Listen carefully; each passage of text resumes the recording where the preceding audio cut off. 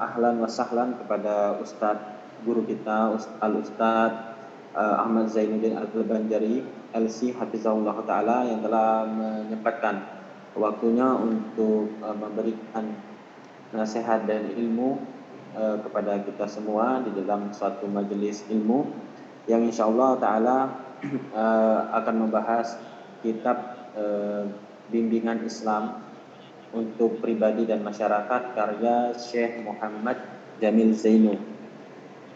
Dan kami ucapkan juga jazakumullahu khairan dan ahlan wa sahlan kepada para jamaah kajian Majelis Taklim Ar-Raudhah baik dari Indonesia maupun para peserta kajian Majelis Taklim Ar-Raudhah dari Uni Emirat Arab. Kami ucapkan ahlan wa sahlan dan jazakumullahu khairan atas partisipasinya dapat bergabung dalam satu majelis ilmu yang diselenggarakan oleh Majelis Taklim Ar-Raudhah. Insyaallah pertemuan kita pada malam hari ini merupakan pertemuan kita yang ke-7. Semoga senantiasa dimudahkan oleh Allah Subhanahu wa taala untuk istiqomah dan terus melaksanakan kajian untuk menyelesaikan kitab ini. Kemudian mungkin sebelum memulai kajian Ana akan menyampaikan beberapa adab kajian, mungkin bisa di-share. Nah, yang pertama, Ana mengingatkan diri Ana pribadi untuk senantiasa menjaga keikhlasan kita dalam bermajelis ilmu untuk semata-mata mengharap wajah Allah Subhanahu wa taala. Yang kedua, menyimak dengan tenang dan penuh perhatian serta berusaha mencatat faedah-faedah yang disampaikan oleh Ustadz. Yang ketiga, wajib menggunakan nama yang mudah dikenali saat join di Zoom, bukan menggunakan nama perangkat elektronik atau yang lainnya. Kemudian saat kajian, para peserta dihimbau untuk memute atau mematikan suaranya dan kameranya, baik ikhwan maupun akhwat. Kemudian insyaallah kita akan masuk ke sesi tanya jawab, maka kepada akhwat dapat bertanya melalui via chat saja, dan kepada ikhwan dapat menggunakan fitur raise hand atau bertanya secara langsung, dan juga kepada ustadz setelah dipersilakan oleh host atau panitia kajian, dan juga dapat mengirimkan pertanyaannya melalui via chat. Serta yang terakhir, kami himbau dan kami ingatkan bahwa untuk senantiasa menjaga adab pada saat bertanya dengan mendoakan ustadz bertanya jika ada materi yang kurang jelas. Dan yang terakhir, pertanyaan yang sesuai dengan tema insyaallah akan kami dahulukan. Barakallahu fikum atas perhatiannya.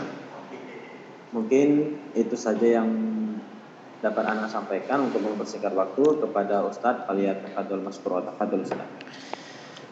Assalamualaikum warahmatullahi wabarakatuh. Waalaikumsalam warahmatullahi wabarakatuh. Bismillahirrahmanirrahim.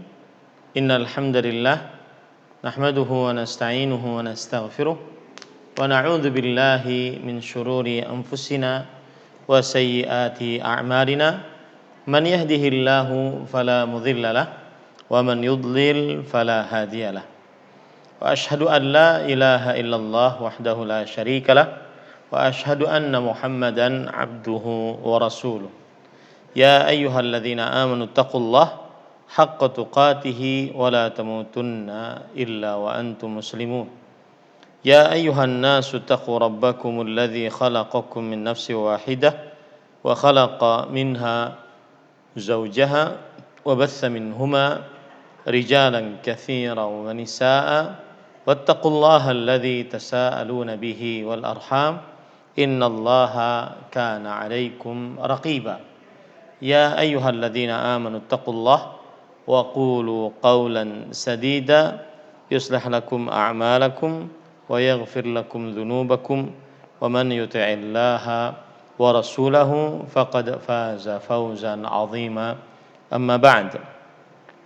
Fa inna asdaqal hadits kitabullah wa ahsanul hadi hadi Muhammadin sallallahu alaihi wa ala alihi wasallam wa syarrul umuri muhdatsatuha wa kullu muhdatsatin bid'ah wa kullu bid'atin dhalalah wa kullu dhalalatin finnar.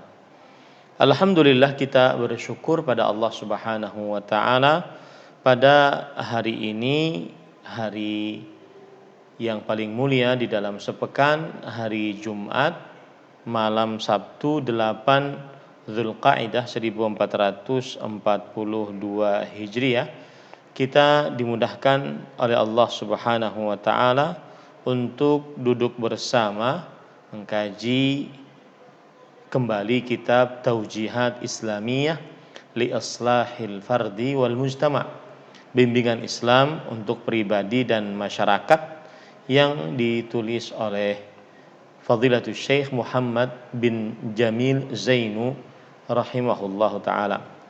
Salawat dan salam semoga selalu Allah berikan kepada Nabi kita Muhammad sallallahu alaihi wa ala alihi wasallam, pada keluarga beliau, para sahabat, serta orang-orang yang mengikuti beliau sampai hari kiamat kelak. Dengan nama-nama Allah yang husna dan sifat-sifatnya yang ulia, kita berdoa, Allahumma inna nas'aluka ilman nafi'an wa rizqan tayyiban wa amalan mutaqabbala. Wahai Allah, sesungguhnya kami memohon kepada Engkau ilmu yang bermanfaat, rezeki yang baik, dan amal yang diterima. Allahumma amin.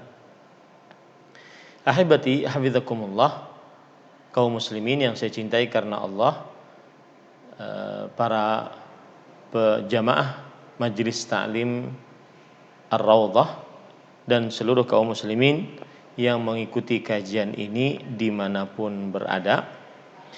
Pada kesempatan kali ini adalah pertemuan yang ketujuh, dan kita sudah sampai kepada pembicaraan Arkanul Iman, rukun iman.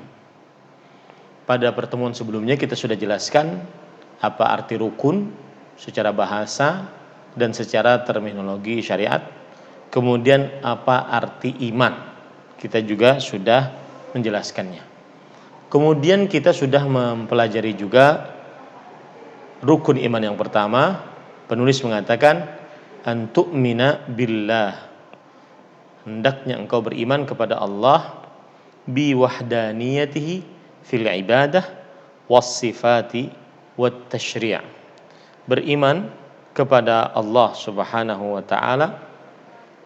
Di sini dalam buku terjemahan disebutkan, yaitu dengan mempercayai bahwa Allah itu ada dan Maha Esa, baik dalam kekuasaannya maupun dalam hal ibadah kepadanya dan sifat dan hukumnya. Pada pertemuan sebelumnya kita sudah mempelajari tentang 4 perkara apabila seorang menyatakan beriman kepada Allah Subhanahu wa taala, yaitu mengimani adanya wujud Allah Subhanahu wa taala. Dan sudah kita sebutkan bahwasanya pendalilan bahwa adanya wujud Allah dari sisi fitrah manusia, yaitu sifat asal dan bawaan manusia meyakini adanya Allah Subhanahu wa taala. Kemudian dari sisi logika akal manusia meyakini adanya Allah Subhanahu wa taala. Kemudian dari sisi syariat, adanya kitab-kitab suci, diutusnya para rasul menunjukkan adanya Allah Subhanahu wa taala. Kemudian yang keempat dari sisi panca indera, menunjukkan juga tentang adanya Allah Subhanahu wa taala. Buktinya banyak doa-doa yang dikabulkan oleh Allah Subhanahu wa taala. Nah, kemudian ahibati hafizakumullah taala, pada pertemuan sebelumnya kita juga sudah membahas, yaitu bahwa poin kedua tentang beriman kepada Allah adalah meyakini dengan seyakin-yakinnya tanpa ada keraguan sedikit pun dalamnya bahwasanya Allah adalah Ar-Rabb. Allah adalah yang maha kuasa, tiada sekutu, tiada pembantu. Allah Subhanahu wa taala maha kuasa yang mana kekuasaannya Allah Subhanahu wa taala Maha Pencipta satu-satunya, Maha Pengatur satu-satunya, dan Maha Raja satu-satunya. Tiada sekutu bagi Allah Subhanahu wa taala. Dan ini sudah kita bahas juga pada pertemuan sebelumnya. Kemudian poin yang ketiga tentang beriman kepada Allah Subhanahu wa taala yang sudah kita bahas juga adalah mengimani bahwa Allah Subhanahu wa taala satu-satunya yang berhak untuk diibadahi. Segala macam ibadah hanya diberikan kepada Allah Subhanahu wa taala. Dan inilah pada pertemuan sebelumnya kita sudah sampai poin ini, bahwa Allah Subhanahu wa taala satu-satunya yang paling berhak untuk diibadahi. Ya. Baik, kita lanjutkan. Ini adalah masih membicarakan tentang beriman kepada Allah Subhanahu wa taala. Jika seseorang mengatakan saya beriman kepada Allah, berarti dia mengimani Allah ada. Berarti dia mengimani bahwa Allah Maha Kuasa satu-satunya, Pencipta, Pengatur, Berkuasa. Yang ketiga, dia berarti mengimani bahwa Allah satu-satunya zat yang paling berhak untuk diibadahi, untuk disembah dengan rasa pengagungan dan penghinaan diri kepada Allah Subhanahu wa taala. Ini adalah poin yang ketiga yang dikandung dalam perkataan saya beriman kepada Allah, meyakini bahwa Allah Subhanahu wa taala satu-satunya al-ilah, satu-satunya Tuhan yang diibadahi, Tuhan yang disembah dengan benar, dengan hak, tiada sekutu bagi Allah. Dalil yang menunjukkan akan hal ini adalah surah Al-Baqarah ayat 163. Allah Subhanahu wa taala berfirman, "Wa ilahukum ilahu wahid, la ilaha illa huwar rahmanur rahim." Dan Tuhan yang kalian sembah adalah Tuhan satu-satunya.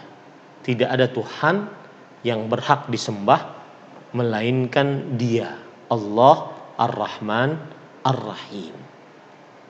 Kemudian juga di dalam ayat yang lain, di antaranya yaitu Allah Subhanahu wa taala berfirman di dalam Al-Qur'an surat Al-Hajj ayat 62. "Dzalika bi anna Allaha huwal haq wa anna ma yad'una min dunihi huwal batil wa anna Allaha huwal aliyyul kabir." Yang demikian itu karena Allah dialah yang hak. Yang hak maksudnya yang benar untuk diibadahi. Dan apa saja yang disembah selainnya maka dia adalah sembahan yang batil, apapun. Ya. Dan bahwa Allah Subhanahu wa taala Maha tinggi dan Maha besar. Maka setiap orang yang menjadikan Tuhan yang disembah bersamaan dengan Allah, maka berarti sembahan tersebut adalah sembahan yang batil. Setiap siapa saja yang menjadikan Tuhan yang disembah bersamaan dengan Allah, maka sembahan tersebut, Tuhan tersebut adalah Tuhan yang batil. Sebagaimana surat Al-Hajj ayat 62 tadi.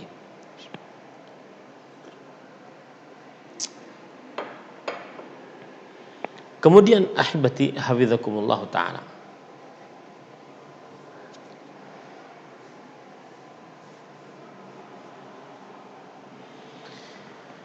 para rasul alaihi wassalatu wassalam dakwahnya adalah tentang hal ini, yaitu mengajak umatnya untuk menjadikan Allah satu-satunya yang paling berhak untuk diibadahi. Mengajak umatnya untuk beribadah hanya kepada Allah Subhanahu wa taala. Jadi ini adalah inti dakwah dari para rasul. Ini adalah inti dakwah para rasul. Mengimani bahwa Allah Tuhan yang paling berhak untuk diibadahi adalah inti dakwah para rasul.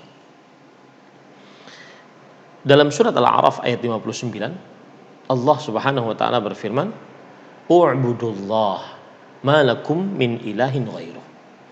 Beribadahlah kepada Allah. Kalian tidak memiliki Tuhan yang berhak diibadahi selain Allah Subhanahu wa taala. Akan tetapi orang-orang musyrik mereka enggan akan hal ini. Mereka menjadikan Tuhan-Tuhan yang disembah selain Allah Subhanahu wa taala. Bersamaan juga mereka menyembah Allah Subhanahu wa taala. Mereka minta pertolongan, minta kemenangan, minta pertolongan dalam keadaan yang sempit. Nah, ini. Dan Allah Subhanahu wa taala membatilkan sembahan-sembahan yang mereka sembah tersebut dengan dua bukti pembatilan secara akal. Allah Subhanahu wa taala membatalkan sembahan-sembahan Tuhan-Tuhan yang mereka sembah selain Allah tersebut bersamaan dengan mereka menyembah kepada Allah Subhanahu wa taala dengan dua bukti pembatalan secara akal. Yang pertama, bahwa Tuhan-Tuhan yang disembah selain Allah Subhanahu wa taala tidak memiliki sama sekali kekhususan untuk menjadi Tuhan yang disembah. Karena mereka makhluk dan mereka tidak mencipta, bahkan mereka diciptakan. Mereka tidak bisa memberi manfaat kepada yang menyembahnya. Mereka tidak bisa menahan mudarat kepada yang menyembah dari yang menyembahnya. Dan mereka tidak memiliki kehidupan dan kematian. Mereka tidak memiliki sesuatu apapun di langit dan di bumi. Mereka tidak bersekutu dengan Allah Subhanahu wa taala. Allah berfirman dalam surat Al-Furqan ayat 3, "Wattakhadhu min dunihi aliha la yakhluquna syai'an wa hum yukhlaqun wa la yamlikuna li anfusihim darran wa la naf'an wa la yamlikuna mautan wa la hayatan wa la nusyura." Mereka menjadikan selain Allah sebagai Tuhan-Tuhan yang disembah. Padahal mereka tidak mencipta dan sesuatu dan mereka diciptakan. Mereka tidak memiliki untuk diri mereka sendiri, jangankan untuk orang lain, untuk diri mereka sendiri. Mereka tidak memiliki menahan mudarat, memberikan manfaat. Mereka tidak memiliki kematian, kehidupan dan juga kebangkitan. Tidak memiliki akan hal itu. Lalu kenapa disembah? Nah, ini bukti nyata batalnya sembahan-sembahan selain Allah Subhanahu wa taala. Ya, lihat dalam surat Al-Furqan ayat 3 tadi. Sembahan selain Allah tidak mencipta, bahkan mereka diciptakan. Sembahan selain Allah tidak memiliki sesuatu, baik itu memberi manfaat atau menahan mudarat. Sembahan selain Allah tidak memiliki kehidupan dan kematian dan juga kebangkitan. Semuanya terserah Allah Subhanahu wa taala. Ini menunjukkan bahwa sembahan selain Allah adalah sembahan yang batil, dibatilkan oleh Allah Subhanahu wa taala. Kemudian ahibati hafizakumullah taala, bukti dari batilnya sembahan selain Allah Subhanahu wa taala juga disebutkan oleh Allah Subhanahu wa taala dalam surat Saba ayat 22-23. Dan saya sering mengatakan ayat ini adalah ayat a'zamu ayatin fid dilalati 'ala tauhid. Ayat yang paling agung menunjukkan kepada tauhid, kepada Allah Subhanahu wa taala yang paling berhak untuk diibadahi. Saba 22-23. Lihat, qul ud'ul ladzina za'amtum min dunillah. Katakan wahai Muhammad, serulah sembahan-sembahan yang kalian sembah selain Allah. La yamlikuna mithqala dzarratin fis samawati wala fil ardh. Mereka tidak memiliki apa-apa, walau seberat zarrah, semut hitam, baik di langit dan tidak juga di bumi.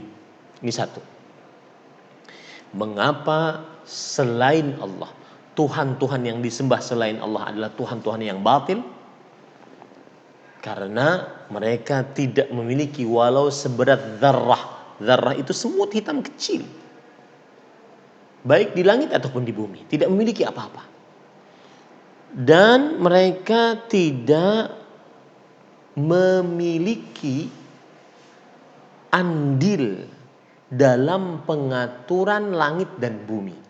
Dua, mereka tidak menolong Allah Subhanahu wa taala dalam pengaturan langit dan bumi.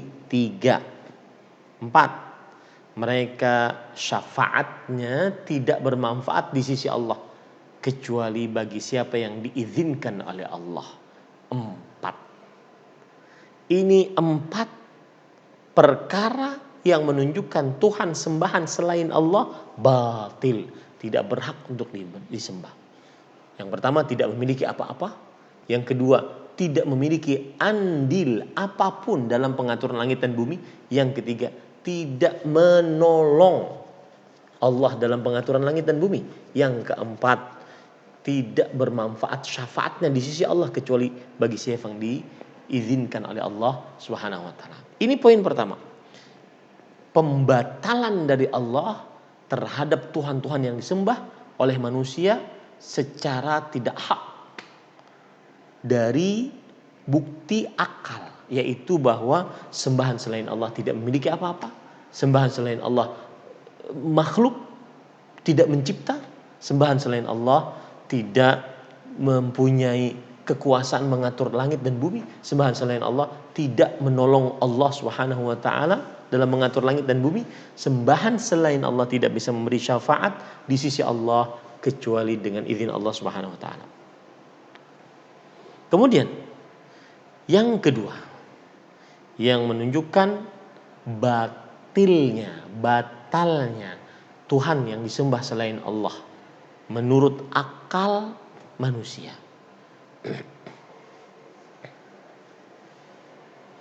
Bahwa orang-orang musyrik mereka menetapkan Allah lah satu-satunya yang maha pencipta, yang maha pengatur, yang maha berkuasa.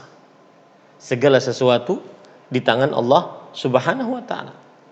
Berarti ini mengkonsekuensikan jika Anda meyakini Allah satu-satunya maha pencipta, maha pengatur, maha berkuasa, maka konsekuensinya Anda beribadah hanya kepada Allah.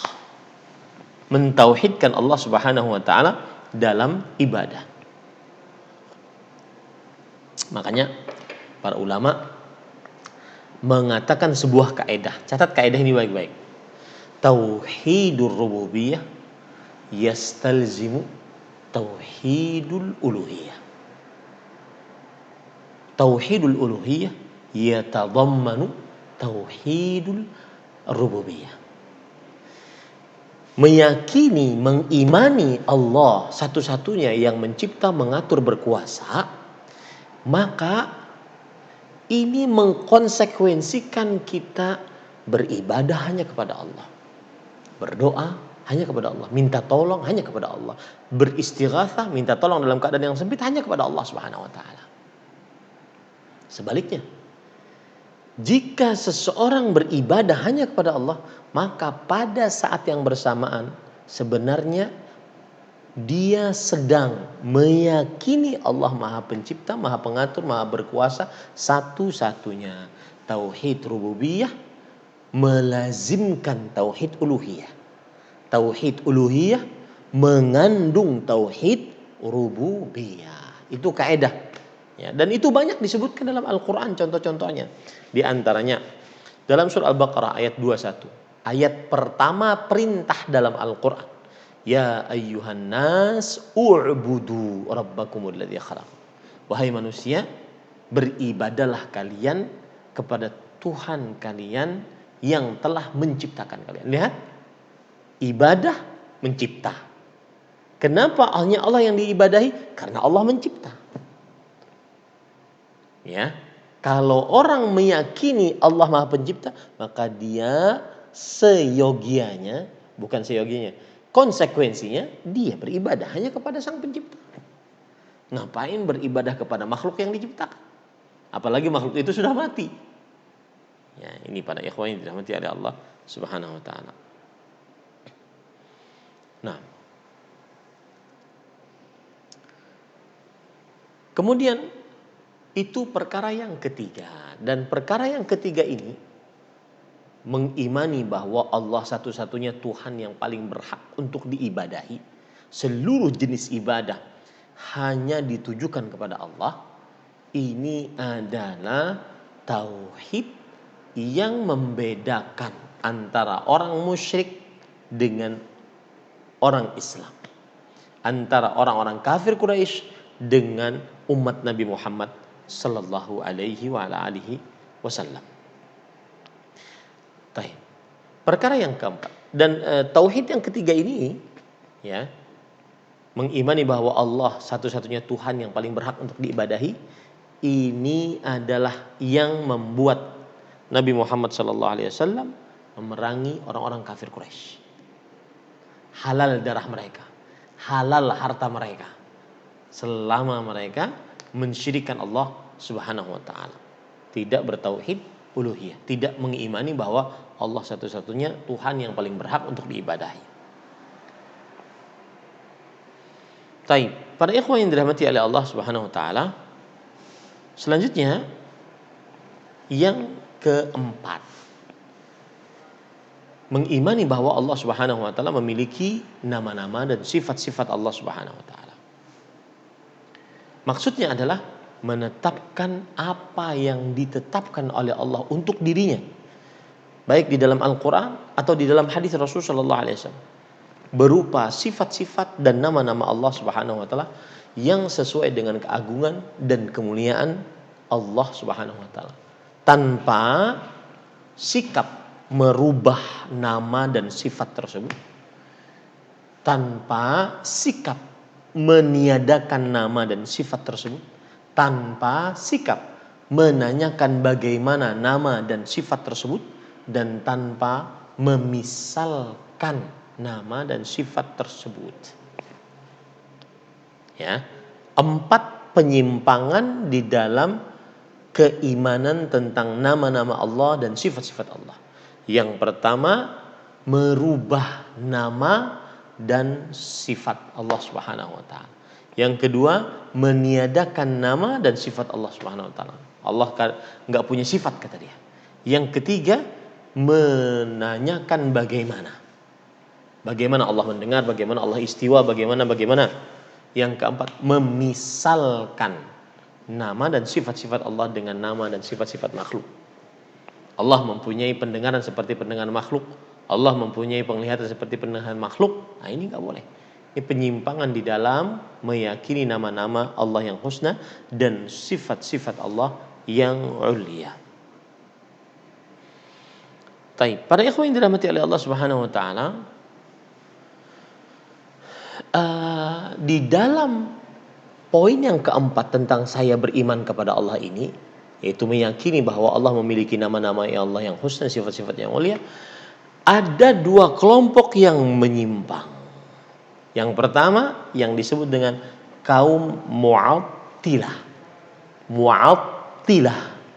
yang mengingkari nama dan sifat-sifat Allah, atau mengingkari sebagian nama dan sebagian sifat-sifat Allah Subhanahu wa taala. Mereka mengatakan kalau kita tetapkan Allah mendengar, Allah melihat, Allah berbicara, Allah turun dari langit, Allah beristiwa di atas arsy, maka ini berarti kita sudah menyamakan Allah dengan makhluknya. Dan ini sebuah kebatilan kata mereka. Maka mereka mengatakan Allah tidak punya nama, Allah tidak punya sifat. Ini disebut dengan kaum Mu'attilah. Maka mereka juga mengatakan Allah itu tidak di depan, tidak di belakang, tidak di kanan, tidak di kiri, tidak di atas, tidak di bawah, tidak di dalam, tidak di luar. Jadi Allah itu menurut mereka tidak ada. Ya, ini para ikhwan yang dirahmati oleh Allah Subhanahu wa taala. Dan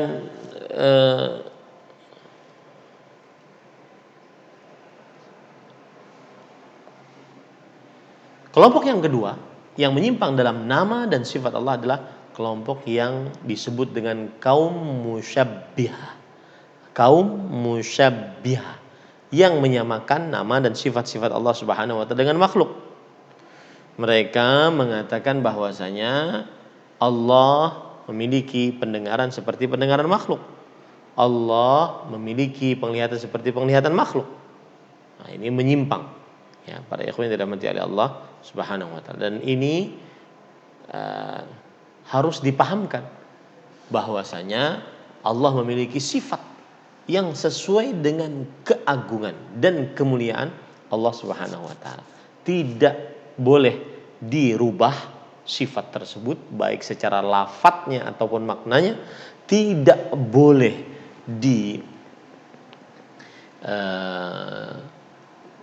ditolak sifat-sifat tersebut, tidak boleh ditanyakan bagaimana sifat-sifat tersebut, ya. Nah, ini para ikhwan yang dirahmati oleh Allah Subhanahu wa taala. Itu semua hal-hal yang tercela dari kaum musyabbihah. Nah, sekarang kita masuk kepada rukun iman yang kedua. Ya, rukun iman yang kedua. Taib.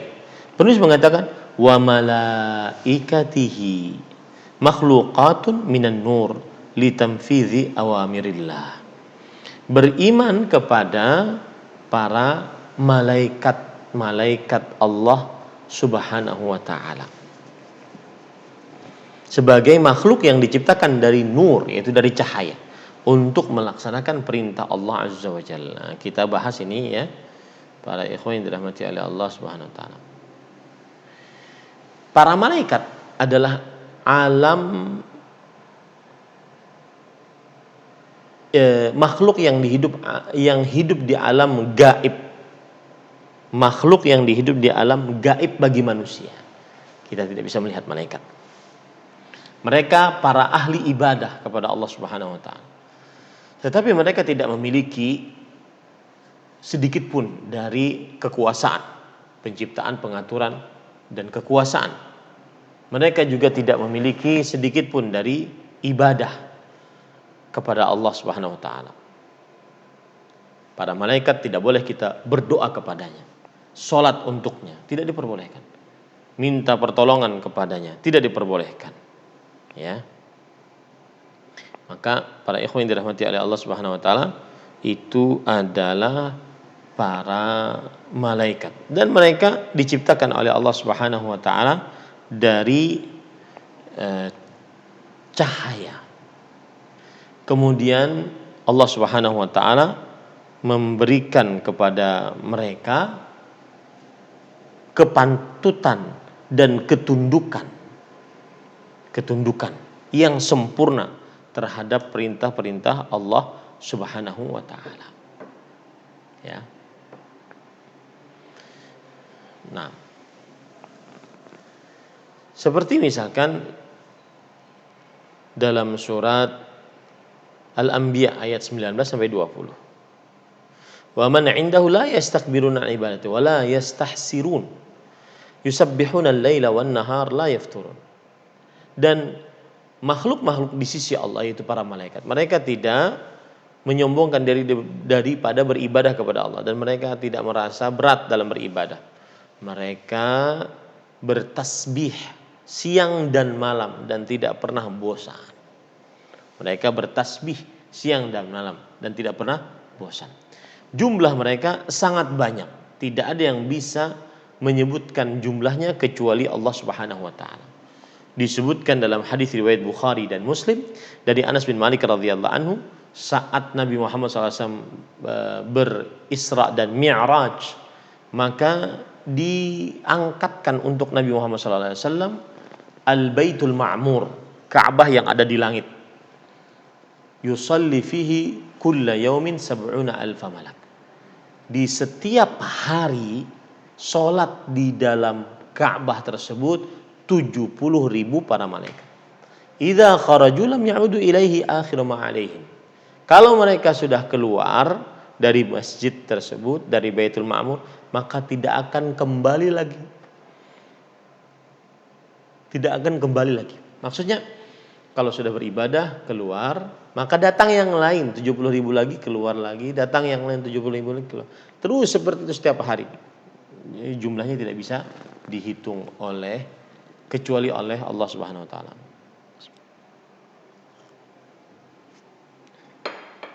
Saya minum dengan tangan kanan ya. Kemudian beriman kepada para malaikat mengandung 4 perkara. Yang pertama, mengimani wujud para malaikat. Mengimani wujud para malaikat. Yang kedua, mengimani tentang nama-nama dari para malaikat yang sudah diajarkan kepada kita, seperti Jibril, Mikail, Israfil, ya. Sebagaimana disebutkan oleh Allah Subhanahu wa taala dalam Al-Qur'an. Dan yang belum disebutkan namanya, maka kita imani secara global. Ini yang kedua. Yang ketiga adalah mengimani tentang sifat-sifat para malaikat. Seperti Jibril alaihissalam, ya, mempunyai 600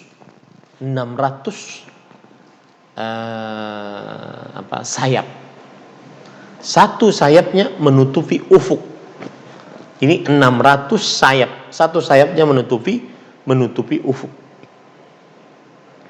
Ini menunjukkan bagaimana besarnya para malaikat. Dan kita harus mengimani sifat tersebut. Kemudian juga mengimani sifat malaikat bisa berubah jadi manusia. Seperti Jibril alaihissalam berubah menjadi manusia. Duduk di hadapan Rasulullah SAW, dilihat oleh para sahabat Nabi radhiyallahu anhu. Bertanya tentang Islam, iman dan ihsan. Kemudian di akhir hadis Rasulullah SAW bersabda, "Hadza Jibrilu atakum yu'allimukum dinakum." Ini adalah Jibril yang datang kepada kalian, mengajari kepada kalian agama kalian. Yang keempat, mengimani bahwa para malaikat memiliki tugas masing-masing yang ditugasi oleh Allah Subhanahu wa taala. Yang diperintahkan oleh Allah Subhanahu wa taala. Seperti bertasbih, beribadah siang dan malam tanpa ada rasa malas, tanpa ada rasa bosan, ya.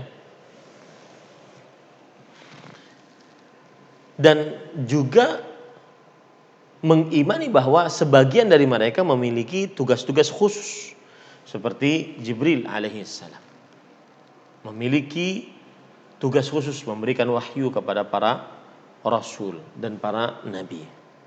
Kemudian Mikail yang diberikan tugas untuk menurunkan hujan, ya, menumbuhkan tumbuhan dan seterusnya. Israfil yang diberikan tugas untuk meniupkan sangkakala, ya.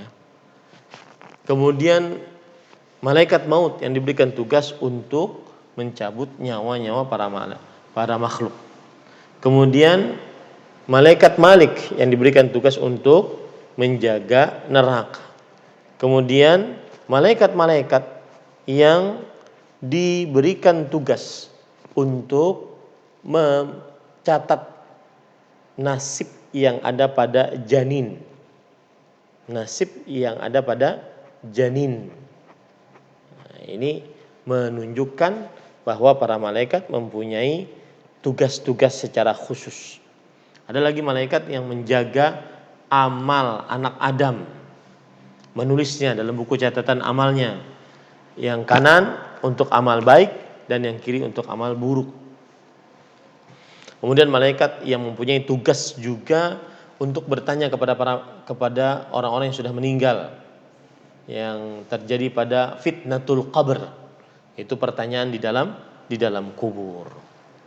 Nah, ini adalah 4 poin yang dikandung oleh keimanan kepada para malaikat. Adanya para malaikat, kemudian mengimani tentang nama-nama yang sudah diberitahukan oleh Allah Subhanahu wa taala, kemudian dan Rasulullah SAW, kemudian yang ketiga yaitu mengimani tentang bahwa Allah Subhanahu wa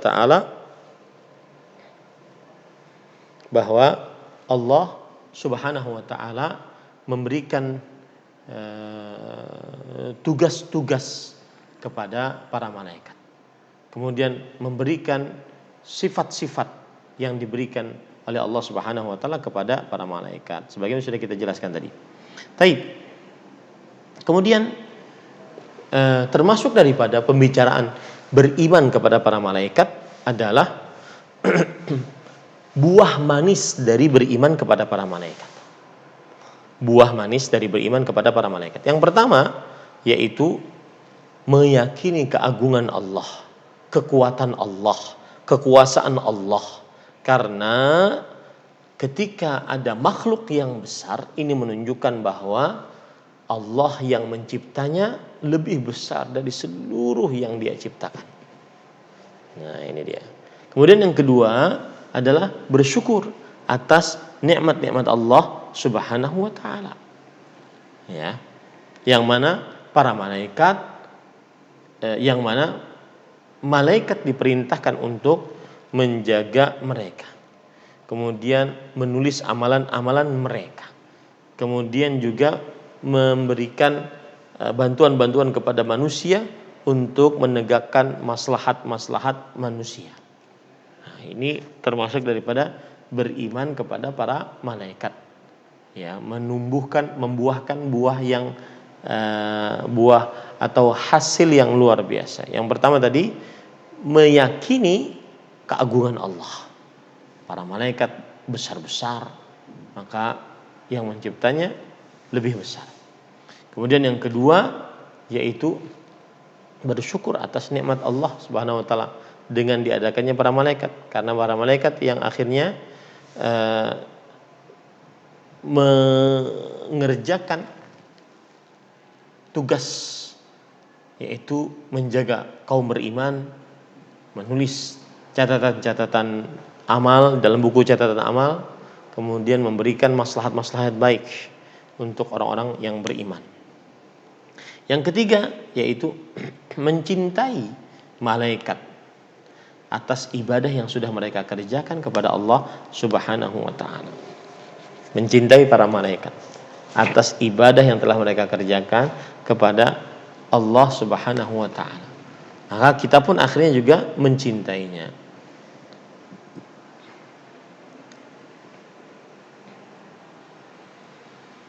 Nah,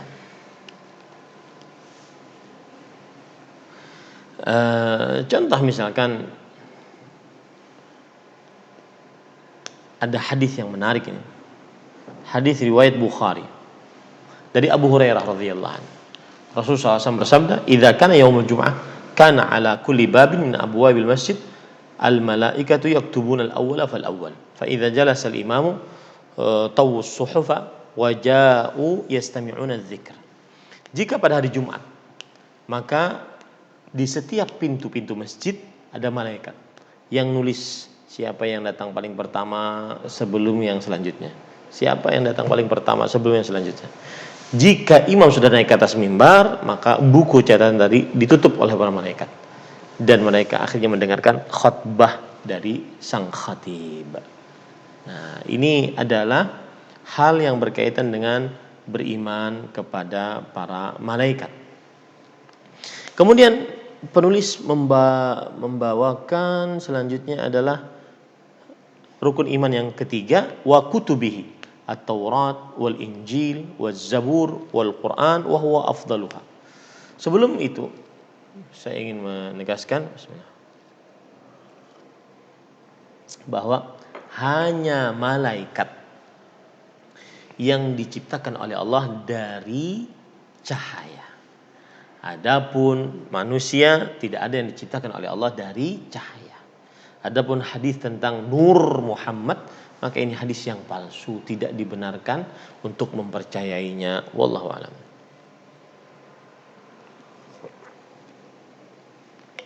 Kemudian yang ketiga yaitu beriman kepada kitab-kitabnya. Taurat, Injil, Zabur, Quran, dan Quran adalah yang paling utama. Kita bahas sekarang. Para ikhwan yang dirahmati oleh Allah Subhanahu wa taala, kitab artinya adalah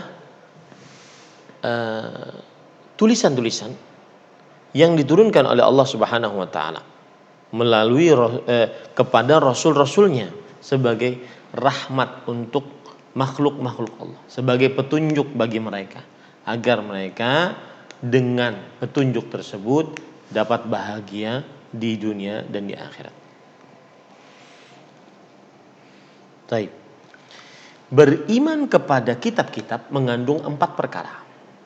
Yang pertama, mengimani bahwa Allah bahwa kitab-kitab tersebut turun dari sisi Allah. Ya, tanpa ada keraguan di dalamnya. Mengimani bahwa kitab-kitab tersebut turun dari sisi Allah tanpa ada keraguan di dalamnya.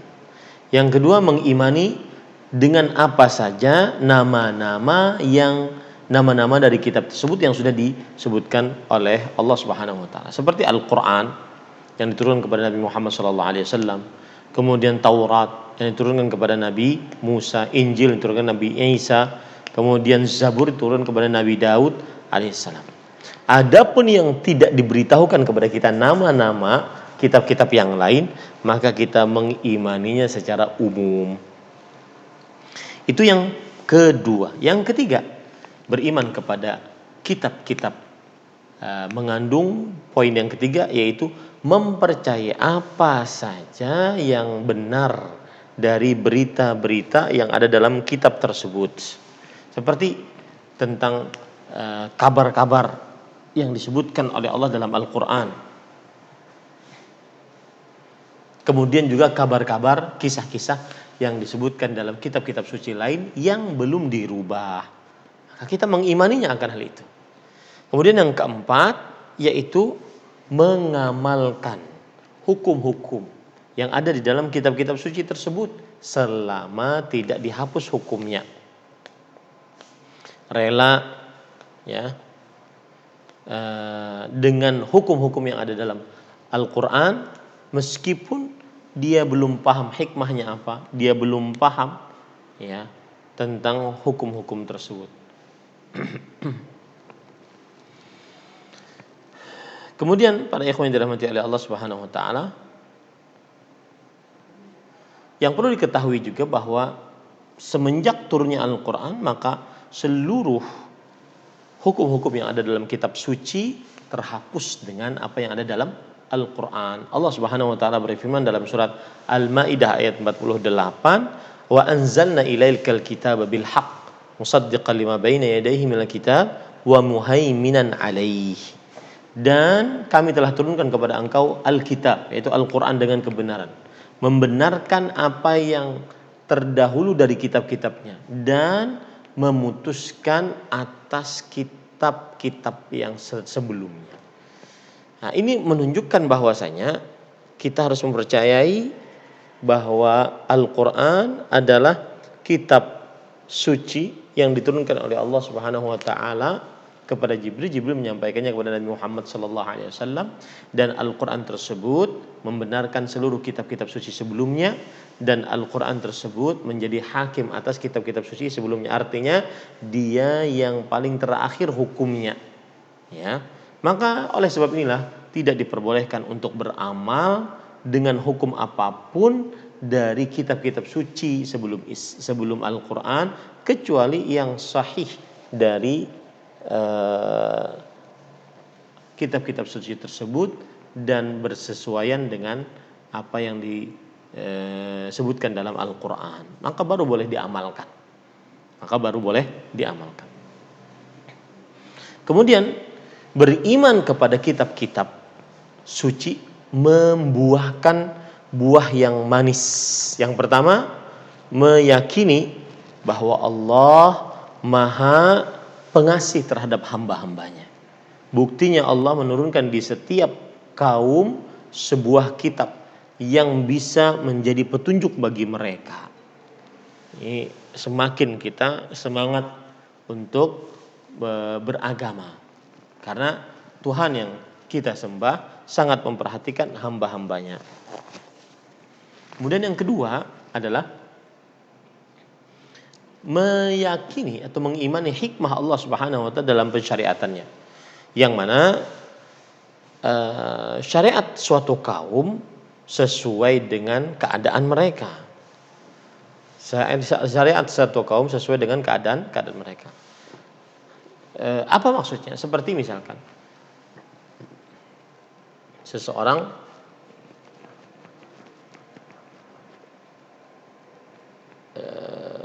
Nabi Daud diberikan kitab Zabur. Kitab Zabur itu cocok untuk kaum Nabi Daud. Seperti Nabi Musa diberikan kitab Taurat. Taurat cocok untuk kaum Nabi Musa. Injil cocok untuk kaum Nabi Isa. Nah, ini menunjukkan bahwa kita harus meyakini dengan kitab-kitab suci tersebut Allah Subhanahu wa taala mempunyai hikmah dalam pensyariatannya, yang mana Allah menyesuaikan setiap kaum mempunyai kitabnya masing-masing. Yang ketiga adalah bersyukur kepada Allah. Buah manisnya kita bersyukur kepada Allah, karena dengan kitab-kitab suci tersebut akhirnya kita bisa beribadah hanya kepada Allah dengan baik dan benar sesuai petunjuk Al-Quran dan hadis Rasul Sallallahu Alaihi Wasallam. Nah, ini adalah rukun iman yang ketiga. Kemudian penulis mengatakan rukun iman yang keempat, wa rusulihi awwaluhum Nuhun wa akhiruhum Muhammadun sallallahu alaihi wasallam.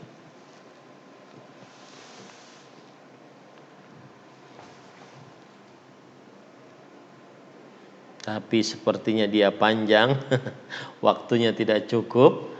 Ya, kita masuk kepada sesi pertanyaan. Nah, ingatkan nanti baik itu Ammi, untuk diingat batasan kita yang sudah kita pelajari adalah beriman kepada kitab-kitab suci. Insya Allah pekan depan kita membahas tentang beriman kepada para rasul. Karena ini panjang, sekitar ada 3,5 halaman, dan tidak cukup kalau kita kejar penjelasannya pada malam ini. Insya Allah kita lanjutkan pada pertemuan yang akan datang. Silahkan jika ada yang ingin ditanyakan. Wallahu a'lam. Nah. Baik, insyaallah Ustaz. Nah, Ustaz, alhamdulillah jazakallahu khairan Ustaz wa barakallahu fik atas ilmu yang telah disampaikan. Semoga Allah Subhanahu wa taala membalas Ustaz dengan pahala yang berlipat ganda, dan kepada para jamaah Majelis Taklim Ar-Raudhah khususnya yang berada di Indonesia dan berada di luar negeri, khususnya di Uni Emirat Arab, semoga dapat mengamalkan dan istiqomah dalam mempelajari ilmu syar'i, khususnya untuk menyelesaikan kitab bimbingan Islam ini. Kita masuk ke sesi tanya jawab. Alhamdulillah. Mungkin sebelumnya antum bersedia sampai jam berapa, Ustaz? Setengah jam dari sekarang. 30 menit. Pertanyaan 30 menit. Ustaz. Nah. Mungkin kami persilakan terlebih dahulu kepada para jamaah, khususnya para ikhwan yang ingin bertanya secara langsung dapat menekan tombol raise hand untuk bertanya secara langsung kepada Ustaz. Namun nanti akan kami tunjuk, baru kami persilakan. Sambil menunggu Ustaz, kita bacakan penanya yang sudah masuk melalui via chat Ustaz. Bismillah. Assalamualaikum warahmatullahi wabarakatuh. Waalaikumsalam. Dari hamba Allah. Ustaz, apakah yang dimaksud dengan suhuf Ibrahim dan Musa yang terdapat dalam Al-Quran? Apakah ini kitab tersendiri? Jazakallahu khairan. Tafadhol Ustaz. Bismillah, walhamdulillah, wassalatu wassalamu ala rasulillah wa ala alihi wa sahbihi wa man wala. Adapun yang berkaitan dengan suhuf Ibrahim wa Musa, yaitu lembaran-lembaran Nabi Ibrahim dan Nabi Musa, maka Allah Subhanahu wa taala di dalam Al-Qur'an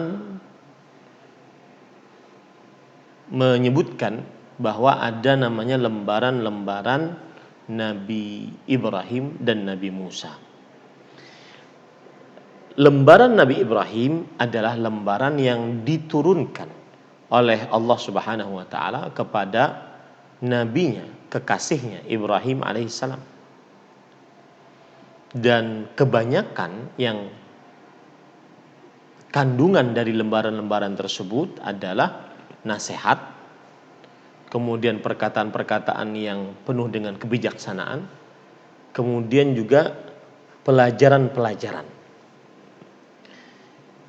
Dan Allah Subhanahu wa taala menyebutkan akan hal ini di dalam beberapa tempat di dalam Al-Qur'an. Di antaranya dalam surat Al-Baqarah ayat 136. Qulu amanna billah wa ma unzila ilaina wa ma unzila ila Ibrahim wa Ismail wa Ishaq wa Yaqub wal asbaq wa ma utiya Musa wa Isa wa ma utiya an-nabiyyuna min rabbihim la nufarriqu baina ahadin minhum wa nahnu lahu muslimun. Qulu amanna, katakanlah oleh kalian seluruhnya, kami telah beriman kepada Allah dan kepada apa saja yang diturunkan kepada kami dan apa saja yang diturunkan kepada Nabi Ibrahim, Ismail, Ishaq, Yaqub, asbab, ya, saudara-saudaranya Nabi Yusuf, kemudian dan apa saja yang diberikan kepada Nabi Musa dan Nabi Isa, dan apa saja yang diberikan kepada para nabi dari Tuhan mereka, kami tidak membedakan di antara satu pun dari mereka, dan kami menyerahkan diri hanya kepada Allah Subhanahu wa taala. Begitu juga dalam surah Ali Imran ayat 84. Maka ini menunjukkan bahwa Nabi Ibrahim alaihissalam diberikan kitab-kitab suci, yaitu lembaran-lembaran. Begitu juga dalam surat An-Najm. Ya, begitu jelas Allah Subhanahu wa taala menyebutkan tentang adanya lembaran Nabi Musa dan Nabi Ibrahim alaihissalam. Dan Imam Ibnu Jarir At-Tabari mengatakan bahwa as-suhuf adalah jamak dari sahifah, dan maksudnya adalah kitab Nabi Musa dan Nabi Ibrahim alaihissalam. Nabi Musa dan Nabi Ibrahim alaihissalam. Ada yang mengatakan bahwa suhuf, lembaran-lembaran Nabi Musa, adalah Zabur itu tersendiri. Dan ada yang mengatakan bahwa lembaran-lembaran Nabi Musa berbeda dengan Zabur itu tersendiri. Yang jelas para ikhwan yang dirahmati oleh Allah, di sini disebutkan dalam kitab Al-Mawsu' Al-Fiqhiyah Al-Kuwaitiyah, ensiklopedia fikih yang dikeluarkan oleh kerajaan Kuwait, bahwa suhuf Ibrahim dan Daud faqad kanat mawa'id wa amthal la ahkam fiha. Lembaran-lembaran Nabi Ibrahim kebanyakan di dalamnya adalah nasihat dan juga perkataan-perkataan penuh hikmah. Tidak ada hukum-hukum di dalamnya.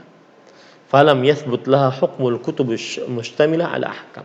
Maka lembaran-lembaran Nabi Ibrahim tidak tetap di dalamnya hukum-hukum kitab yang mengandung hukum-hukum di dalamnya.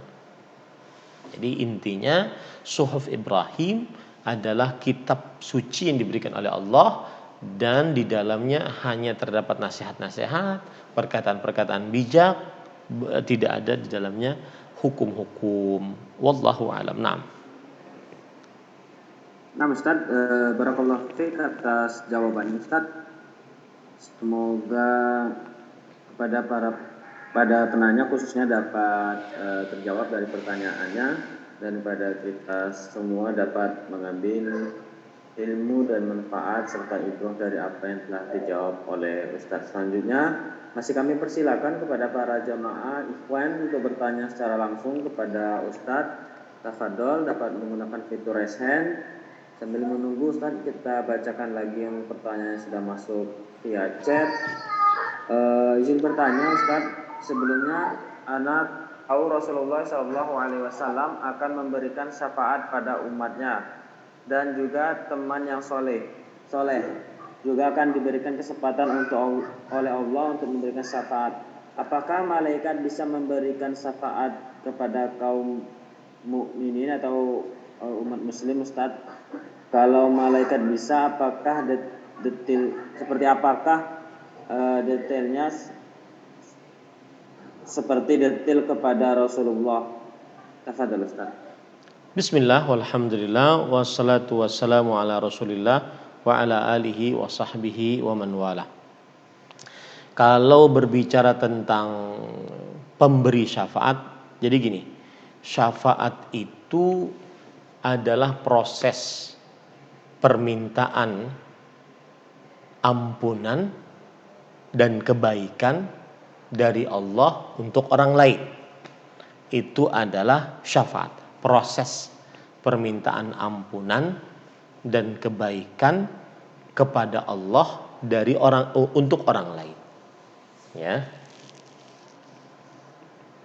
Dan termasuk di dalamnya adalah para malaikat. Para malaikat bisa meminta kepada Allah ampunan dan kebaikan untuk orang yang ingin diberikan syafaat. Tetapnya syafaat para malaikat disebutkan oleh Allah dalam Al-Quran, di antaranya surah An-Najm ayat 26. Wa kam min malakin fis samawat la tughni syafatuhum illa min ba'di an ya'dzana Allah liman yasha'u wa yarda.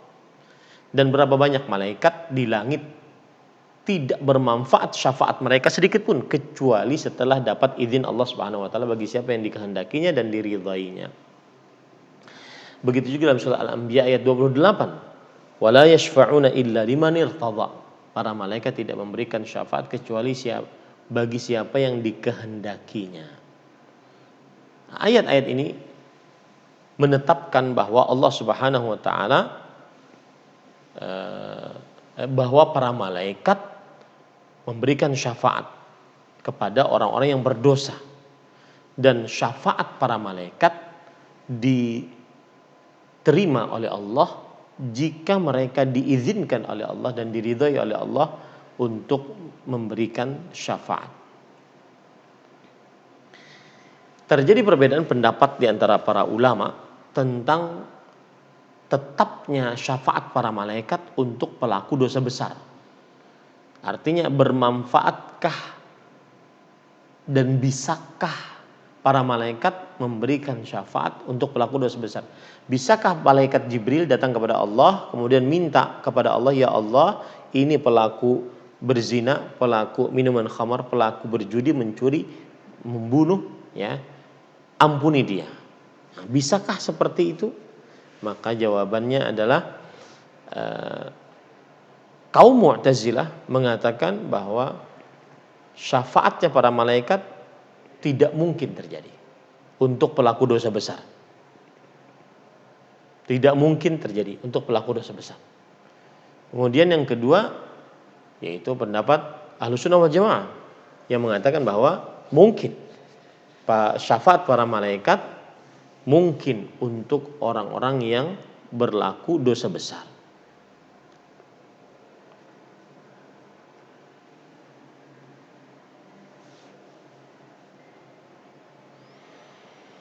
Dan dalil yang menunjukkan bahwasanya para malaikat syafaatnya berlaku untuk pelaku dosa besar di antaranya surat Ghafir ayat 7, wa yashfa'una lilladzina amanu.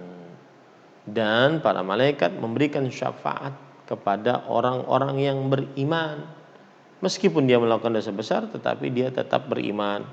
Ya. Wallahu alam. Yang jelas syafaat para malaikat tetap, dan terjadi khilaf di dalam perkara apakah para malaikat memberikan syafaat kepada pelaku dosa besar atau tidak. Dan pendapat yang lebih kuat adalah iya, para malaikat bisa memberikan syafaat kepada pelaku dosa besar. Wallahu alam. Nah. Nah, Ustaz, barakallahu fiik Ustaz, wa jazakallahu khairan atas jawaban Ustaz. Semoga kepada penanya khususnya dapat memahami dan mengambil pelajaran dari apa yang telah disampaikan oleh Ustaz. Selanjutnya kita bacakan masih yang sudah masuk via chat. Sebentar Ustaz. Assalamualaikum warahmatullahi wabarakatuh. Afwan Ustaz, izin bertanya, apakah betul saat kita memberi salam setelah tahiyat akhir, kita memberikan salam kepada malaikat di kanan dan di kiri secara nyata? Dari hamba Allah, jazakallahu khairan. Tafadhol Ustaz. Bismillah, walhamdulillah, wassalatu wassalamu ala rasulillah wa ala alihi wa sahbihi wa man wala. Adapun hal tersebut, maka seorang yang mengucapkan salam kepada di kanan dan kiri saat sholat, apakah dia memberikan salam kepada malaikat, maka saya belum dapati dengan keterbatasan ilmu yang saya miliki bahwa ada dalil yang menunjukkan akan itu. Akan tetapi keumuman lafadz salam menunjukkan akan hal itu, menunjukkan akan hal tersebut, ya, bahwasanya ketika seorang mengucapkan assalamualaikum, maka berarti mengucapkan doa memberi salam keselamatan atas siapa saja yang ada di kanan dan siapa saja yang ada di kiri, baik itu manusia ataupun para malaikat. Tetapi lebih jelasnya lagi harus dibaca kembali permasalahan ini. Saya belum mendapatkan keterangan itu. Wallahu a'lam. Nah Ustaz, barakallahu fiik Ustaz, wa jazakallahu khairan atas jawabannya Ustaz. Semoga kepada penanya khususnya dapat memahami dan mengambil pelajaran dari apa yang telah dijelaskan oleh Ustaz. Selanjutnya masih kami persilakan kepada ikhwan yang ingin bertanya secara langsung, masih ada waktu yang tersedia untuk bertanya secara langsung kepada Ustaz. Sambil kita bacakan pertanyaan yang telah masuk. Bismillah, Afwan Ustaz, izin bertanya.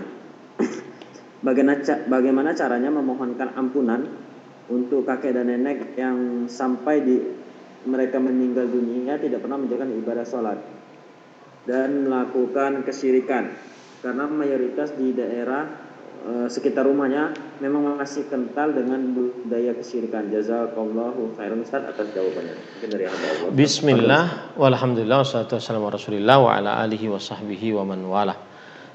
Adapun tentang permasalahan tidak sholat, maka jika memang tidak pernah sholat berarti dia kafir. Jika memang tidak pernah sholat berarti dia kafir. Hal ini berdasarkan ijma' para sahabat. Kanu la yarawna syai'an minal a'mali tarkuhu kufrun ghairas salah. Mereka para sahabat Nabi radhiyallahu anhum tidak berpendapat bahwa ada amalan yang apabila ditinggalkan menyebabkan kepada kekufuran selain sholat. Dan Rasulullah SAW bersabda, bainar rajuli wasyirki wal kufri tarkus shalah. Jarak antara seseorang dengan kesyirikan dan kekufuran adalah meninggalkan sholat. Artinya jika dia meninggalkan sholat, maka tidak ada jarak lagi antara kesyirikan dan kekufuran. Kemudian yang ketiga, hadis Rasulullah SAW juga, al-ahdul ladzi bainana wa bainahumus shalah faman tarakaha faqad kafar. Jarak antara kami orang muslim dengan mereka orang kafir adalah perihal salat. Siapa yang meninggalkan salat maka sungguh dia telah kafir. Maka jika tidak salat sama sekali kafir. keluarga agama Islam tidak diperbolehkan untuk dimandikan, dikafani, disolati, dan tidak diperbolehkan untuk dikuburkan kepada seorang yang kepada di pekuburan kaum muslimin. Ya, di pekuburan kaum muslimin. Adapun permasalahan kesyirikan, maka jika asal hukum orang tua tersebut adalah muslim dan tetapi kemudian mereka melakukan kesyirikan, jika terbukti melakukan kesyirikan maka berarti dia musyrik, terutama jika sudah terkumpul syarat-syarat memusyrikkan orang tersebut. Tetapi para ikhwan yang dirahmati oleh Allah Subhanahu wa taala, untuk permasalahan orang tua kita melakukan kesyirikan, ini harus dibuktikan benar enggak mereka melakukan kesyirikan. Kemudian kalau seandainya belum tahu pasti, maka kita kembalikan kepada hukum asal, karena mereka berarti seorang muslim. Tidak boleh kita menuduh mereka melakukan kesyirikan, ya, karena asal hukumnya mereka orang muslim. Maka pada saat itu kita anggap mereka sebagai seorang muslim.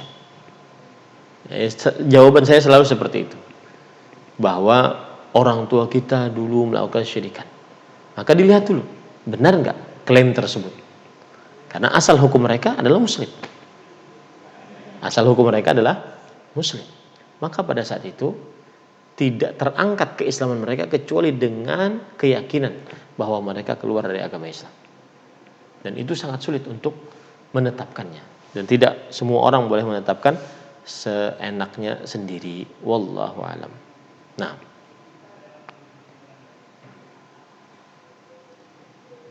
Nah, Ustaz, barakallahu fiik Ustaz atas jawabannya Ustaz. Semoga dapat menjawab pertanyaan dari si penanya, khususnya. Selanjutnya kita bacakan pertanyaannya telah masuk melalui via chat. Bismillah, izin bertanya Ustaz, jika dalam melakukan ihsan, maksudnya berbuat ihsan Ustaz, di mana seakan-akan melihat Allah, bagaimana caranya untuk mencegah atau terhindar dari perbuatan takyif dan tamsil Ustaz? Tafadhol Ustaz. Bismillah, alhamdulillah, wassalatu wassalamu ala Rasulillah. Ketika Rasulullah SAW bersabda, "Anta'budallah ka'annaka tarahu." Ihsan adalah tingkatan Islam yang paling tinggi, dan ihsan adalah engkau beribadah kepada Allah seakan-akan engkau melihatnya. Ini bukan berarti kita membayangkan bagaimana zat Allah, bagaimana bentuk rupa Allah, bagaimana pendengaran penglihatan Allah, tidak. Tetapi seakan-akan kita melihat Allah. Dan kita kalau tidak bisa seakan-akan itu, maka ketahuilah Allah melihat kita. Jadi bukan berarti kita membayangkan tentang wujud Allah, kaifiyat Allah, zat Allah, tidak. Akan tetapi seakan-akan kita sholat, di hadapan kita ada Allah, tanpa harus membayangkan, tanpa harus membagaimanakan, tanpa harus membayangkan zatnya bagaimana, tidak perlu. Seakan-akan ada Allah yang melihat kita. Wallahu a'lam. Naam. Nah Ustaz, barakallahu fiik Ustaz, wa jazakallahu khairan atas jawabannya Ustaz. Semoga dapat menjawab pertanyaan dari si penanya Ustaz. Masih kita bacakan pertanyaan yang masuk tapi di luar tema kajian Ustaz, boleh Ustaz? Nah, silakan. Bismillah. Assalamualaikum warahmatullahi wabarakatuh. Izin bertanya Ustaz, bagaimana kiat-kiatnya Ustaz untuk mempelajari ilmu syar'i yang lebih serius Ustaz, untuk khususnya para pekerja yang notabene tidak bisa memahami bahasa Arab Ustaz, agar lebih sekedar dari ikut kajian saja Ustaz. Tafadhol Ustaz. Bismillah, alhamdulillah, wassalatu wassalamu ala Rasulillah. Kiat-kiatnya ikut kajian ini.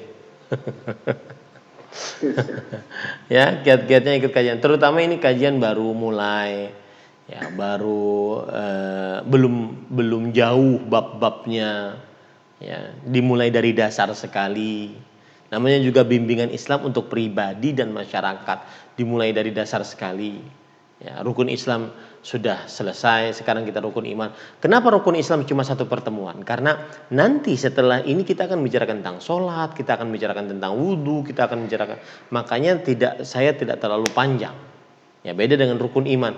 Karena setelah saya baca-baca, dan kitab ini saya pernah hatam di Dammam, di Islamic Cultural Center Dammam, Kerajaan Arab Saudi, ketika saya menjadi penerjemah dan dai di sana. Dammam adalah sebuah kota dagang ketiga terbesar dan lumbungnya minyak di Arab Saudi. Saya 7 tahun di sana dan saya menyelesaikan kitab ini dalam artian ngajar kepada warga Indonesia yang ada di Dammam pada waktu itu.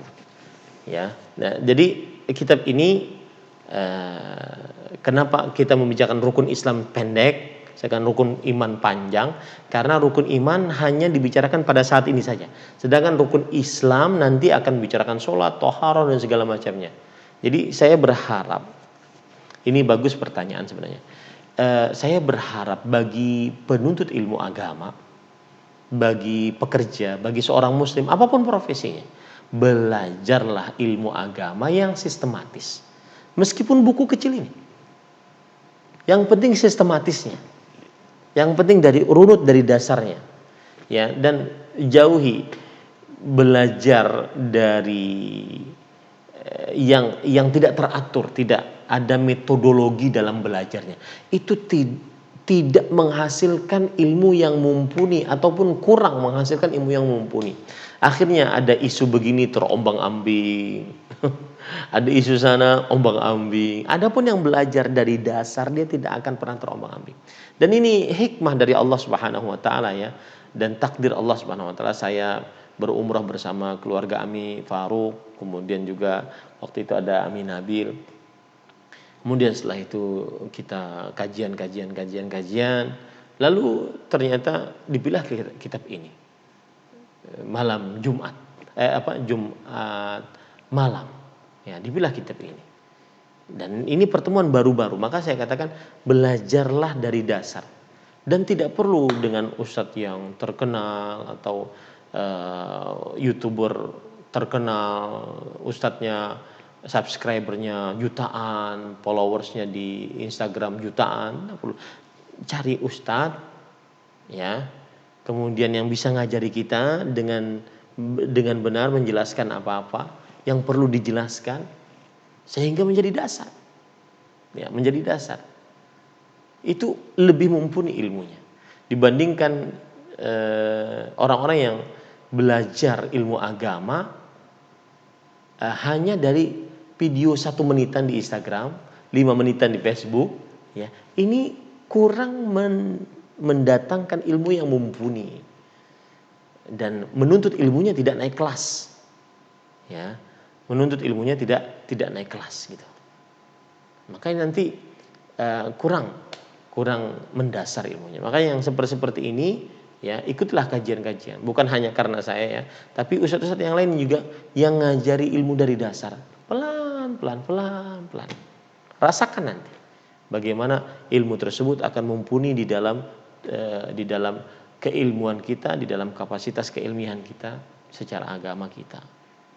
Maka saya nasihatkan bagi para pekerja, kalau ingin menimba ilmu agama, menimba ilmu agamalah yang sistematis, ya, yang metodologinya benar sehingga mendatangkan ilmu agama yang benar.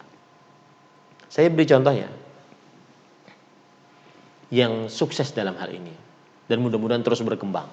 Seperti misalkan halaqah silsilah ilmiah Ustadz Dr. Abdullah Rai, hafizahullah ta'ala. Saya dulu pernah bertanya, Ustadz ini ceritanya gimana sih?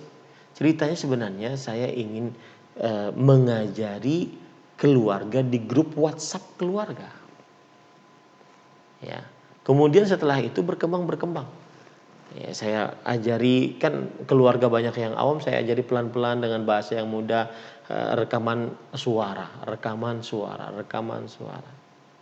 Akhirnya berkembang. Nah, itu pelajaran akidah beliau. Sepertinya sudah selesai rukun iman. Ya, beriman kepada Allah, beriman kepada para malaikat, beriman kepada kitab-kitabnya, beriman kepada para rasul. Nah, itulah yang menjadi dasar nanti ilmu agama kita terus menjadi mumpuni. Ya, mumpuni. Di zaman sekarang ketika sudah banyak yang berhijrah dalam tanda kutip, yaitu meniti jalan istiqamah, akhirnya mereka dalam tanda kutip menuntut ustadznya untuk membicarakan atau untuk mengkaji kajian-kajian yang sesuai dengan keinginan mereka tentang anak muda, tentang nikah, pranikah, nyari jodoh. Itu bagus, tidak ada yang meragukan, itu bagus. Tetapi kalau untuk ilmu yang mendasar, ilmu yang benar-benar mumpuni, maka bacalah sebuah kitab walaupun dia ringkasan. Ya. Yang benar-benar dia sistematis, teratur, rapi. Baik itu dari disiplin ilmu akidah, ilmu fikih, ilmu hadis, atau ilmu tafsir, atau ilmu sejarah dan yang lainnya. Nah, seperti itu caranya. Wallahu a'lam. Nah Ustadz, barakallahu fiik atas jawabannya Ustadz. Sangat menarik sekali memang ini Ustadz. Pertanyaannya mungkin bisa mewakili teman-teman dari Majelis Ta'lim Ar-Raudhah khususnya yang notabene memang di sini banyak bekerja Ustadz. Jadi bisa Anda simpulkan mungkin lebih membiasakan diri untuk mengaji kitab ya Ustadz secara sistematis ya Ustadz. Gimana? Ya, betul. Bukan kita melarang orang ngaji tematik ya, apalagi kadang-kadang tematiknya judulnya menarik, aku cinta kamu, kamu cinta dia gitu ya. Bukan terlarang itu, tidak. Tetapi jika ingin belajar ilmu agama yang mendasar dan mumpuni sehingga tidak terombang-ambing dengan syubhat, tidak terombang-ambing dengan isu, dengan kabar. Ini kan kita ini seakan-akan ada isu dikomentari, ada berita dikomentari. Jadi hidup kita itu kayak terombang-ambing gitu. Lihat para ustadz yang ngajar, yang memang dia benar-benar tahu bagaimana kedudukan ilmu, mereka nggak peduli dengan isu apapun. Mereka dalam hima mereka ngajari umat yang bermanfaat untuk umat. Karena tidak semua dikomentari dan tidak semua orang wajib berkomentar. Nah, maka untuk menghilangkan seperti itu, mengajak kaum muslimin terutama yang baru meniti jalan istiqomah, terutama publik figur. Ya, perhatikan ini baik-baik. Ya, yang sudah waktunya sudah terbuang percuma, sudah jauh dari agama dari dahulunya, maka saya nasihatkan, belajarlah nuntut ilmu agama. Sudah tidak perlu untuk buka channel YouTube lagi, jadi YouTuber lagi. Sama saja. Ya, sama saja. Akhirnya sibuk lagi di depan kamera lagi. Yang dulunya mungkin artis sinetron, sekarang artis YouTube, sama saja. Nggak ada bedanya. Sedangkan keilmuan tidak naik-naik. Ya, keilmuan tidak naik-naik. Kemudian ngaji di pengajian hanya sekedar tematik. Tematik bagus untuk memberi semangat, tetapi untuk mendasari ilmu, mendasari diri dengan ilmu agama, baik itu dengan rukun Islam, rukun iman, maka harus duduk dan belajar yang sistematis pelan-pelan seperti ini. Ya, alhamdulillah kajian kita ini entah Jumat pekan pertama, Jumat pekan kedua, Jumat pekan keberapa gitu ya. Alhamdulillah mungkin 4 kali kalau tidak saya ambil ya, saya lupa. Alhamdulillah bisa setiap Jumat gitu. Maka ini kesempatan setiap pekan kita bisa belajar gitu. Ya, bisa belajar yang sistematis. Apalagi bimbingan Islam ini bukunya saya lihat, mengapa saya pilih itu, karena dia komprehensif, cukup untuk bekal bagi kaum muslimin ya, dengan bahasa yang mudah, bahasa yang ringkas, tetapi mempunyai dasar ilmu agama. Saya ngajak kepada kaum muslimin, belajarlah yang sistematis. Jadilah orang yang berhijrah yang menuntut ilmu dengan cara sistematis. Bukan hanya sekedar rame-ramean, berubah penampilan, ya. Yang asalnya mungkin kaosan jadi baju koko, kemudian berubah teman-teman, bukan. Yang benar-benar berhijrah, meniti jalan istiqamah, merekalah yang menuntut ilmu dengan sistematis. Bukan hanya kemudian membuat komunitas, akhirnya ditarik ustadz terkenal satu, akhirnya bikin-bikin kajian-kajian yang tematik-tematik yang menarik kaum muda. Bagus, tidak ada yang melarang itu. Tidak ada yang mencela itu bagus. Tetapi jika ingin mendatangkan penuntut ilmu yang kita rasakan sekarang, ustadz-ustadz sekarang, ustadz-ustadz kita sekarang ini, ya, Al-Ustadz Al-Fadhil, Ustadz Firanda, Ustadz Dr. Muhammad Arifin Badri, Ustadz Nur Ihsan, Ustadz Ali Misri, mereka itu dididik dengan cara belajar ilmu agama secara sistematis, bukan dengan tematik. Apalagi cuma 1 menit di Instagram, 5 menit di Facebook, ya. Itu untuk mengingatkan, untuk memberi nasihat bagus, tetapi untuk mendasari ilmu pada diri seseorang, maka harus belajar dengan cara dan metodologi yang benar. Wallah. Dan itu menghasilkannya lama loh. Tidak, artinya gini, hasilnya kan kita baru lihat bagaimana para ustadz-ustadz yang sudah sepuh-sepuh, mereka hasilnya lihat sekarang baru terlihat. Ustadz-ustadz yang ngajari kita baru terlihat, ya, dari dasar belajarnya. Maka dan biasanya belajar kitab ini mohon maaf, dia agak membosankan, ya, apalagi yang membawakan monoton gitu. Yang membawakan monoton, tidak menyinggung hal-hal yang berkaitan dengan kehidupan sehari-hari. Nah, biasanya akhirnya, aduh, enggak kena yang saya cari nih gitu. Padahal isu-isu yang penting seperti isu Al-Quran, kata orang-orang liberal adalah produk sastra orang Arab, bukan kitab suci. Itu dari ini kita membantahnya. Dari kajian-kajian seperti ini kita menyanggahnya. Nabi Muhammad Sallallahu Alaihi Wasallam manusia biasa, kenapa dijadikan sebagai manusia suci? Perkataannya selalu diikuti. Dari kajian-kajian ini bantahannya.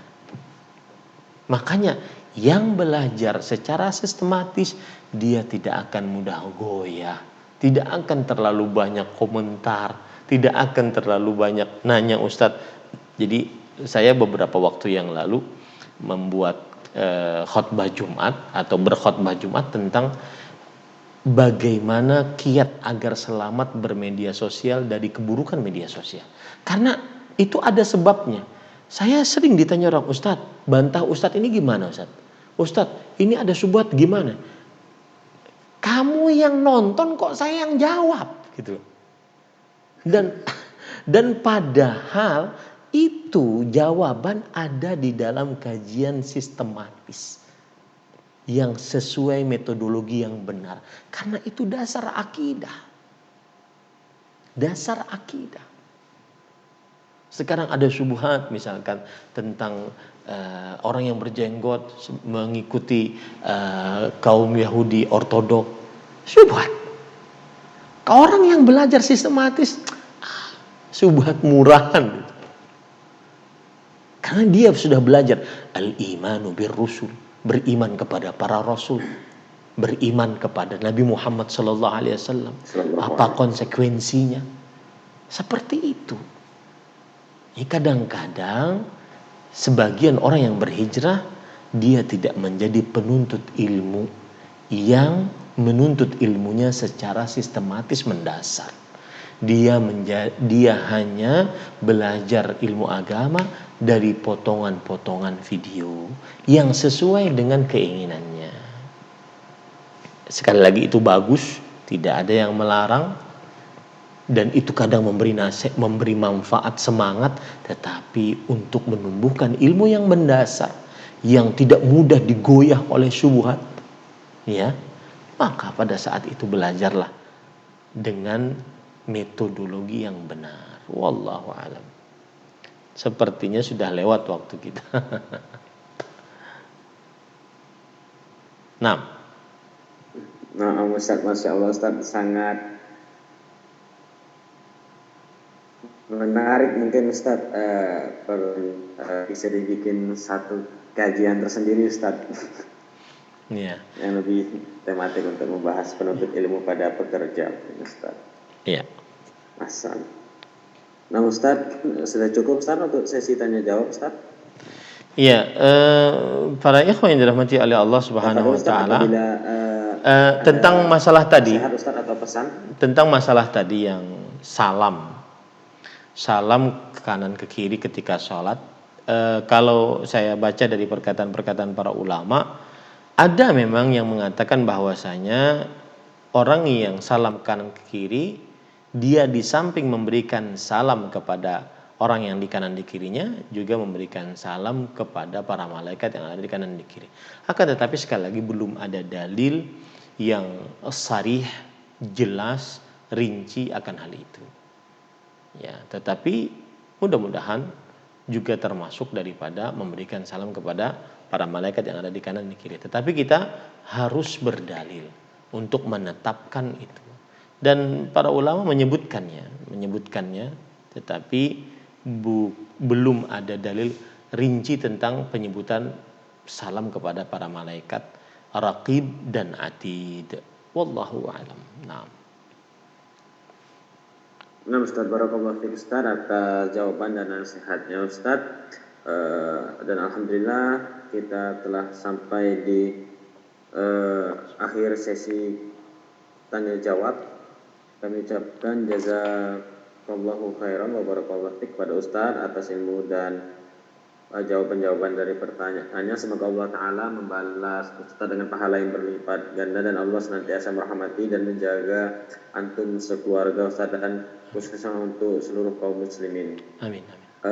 Kemudian kepada para jamaah Majelis Taklim Ar-Raudhah yang dari Indonesia maupun dari Uni Emirat Arab, kami juga ucapkan jazakumullahu khairan wa barakallahu fikum atas partisipasinya yang telah menyempatkan waktunya untuk duduk di majelis ilmu, majelis online kita pada malam hari ini. Seperti apa yang telah disampaikan Ustaz, kita memohon kepada Allah Subhanahu wa taala untuk diistiqomahkan dalam mempelajari kitab ini hingga akhir, karena sangat bagus dan sistematis seperti apa yang dinasihatkan oleh Ustaz. Semoga Allah mudahkan kita untuk mempelajari ilmu syar'i ini sehingga kita dapat berpegang teguh di atas agama Islam hingga akhir hayat kita nanti.